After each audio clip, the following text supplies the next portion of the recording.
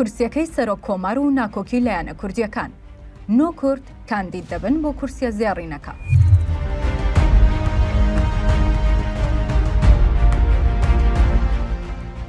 کێبڕکەی نێوماڵی کوردی لەسەر بەدەستهێنانی چانسی کورسیەکەی سەرۆک کۆمار تا بێت تونتر و فراوانتر دەبێت و ماوەی وەرگرتنی سیڤیەکانیش کۆتایی دێت.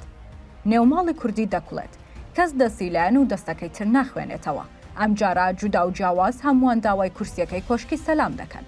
هەرچەندە یەکێتی نیشتمانی کوردستان ئەو کورسیە بە حیسەی خۆی دەزانێت، بەڵام نایارەکانی لە پارتەکانی تر خۆیان بە خاوەن ماف دەزانن و دەڵێن ئەو کورسیە تاپۆنیە لەسەر هیچ کەسێک و لایەنێک و هەر یەکەمان هەمان چانسمان هەیە بە هاوبەشی. ناکۆکیەکانی نێوان یەکێتی و پارتی هۆکار بوون بۆ زیاتر پەردبوونی دەنگی کورد لە بەغدا. ئەوەش بووە هۆکاریەوەی شیعەکان داوای سازان و لێک نزیک بوونەوەی زیاتر بکەن لە لایەنە کوردیەکان. فایق زێدان دوێنێ گەیشتە پیرمام و باڕوونی بە بارزانی گوتووە ناکۆکیتان کاری خراپی کردووە لەسەر پرسی پێکێنانی حکوومەتە نوێیەکە. گوتوشیەتی هەمووان چاوەڕێ بوون ناکۆکی لایەنە شیعەکان هۆکاری دواخستنی پێکێنانی حکوومەتەکە بێت، بەڵام دوجار کورد بووە ڕێگریەکە. 9 کەس خۆیان بۆ پۆستەکە کاندید کردووە لە پارتی 2 کەس و لە یەکێتی 2 کەس و 2 یەکێتی پێشووتر و 2 سەربەخۆ و یەکگرتوویەکیش.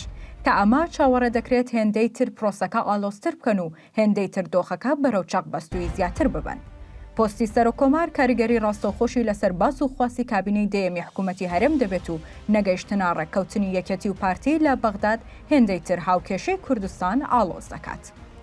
زیاتر لە ساڵێک و 3 مانگا هەڵبژاردنەکانی کوردستان ئەنجام دراون و تا ئێستا بە هۆکاری ناکۆکی نێوان یەکێتی و پارتی نەتوانراوە نە پەرلەمانەکە کۆ ببێتەوە و نە کابینەکەش پێک پێنرێت.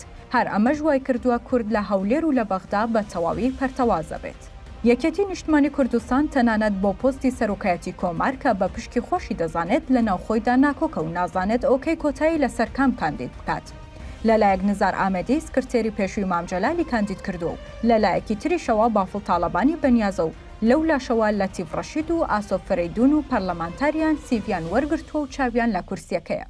پۆستی سەرۆکایەتی کۆمار پۆستێکی تەواو و تەشریفاتیە، بەڵام لە کاتی دابەشکاری پۆستە باڵەکان لە ساڵی 2005 وەکو پشکی کورد دیاریکرا و بە هۆکاری ئەوەی ئەو کات مامجەلال کورسیەکەی برد با هاوکاری پارتی تا ئێستا هەر لای ئەو ماوەتەوە و نازانرێت ئەم جارەش ئەو چانسای یاوەری دەبێت یاخود بۆ یەکەمین جار لە دەستی دەدات.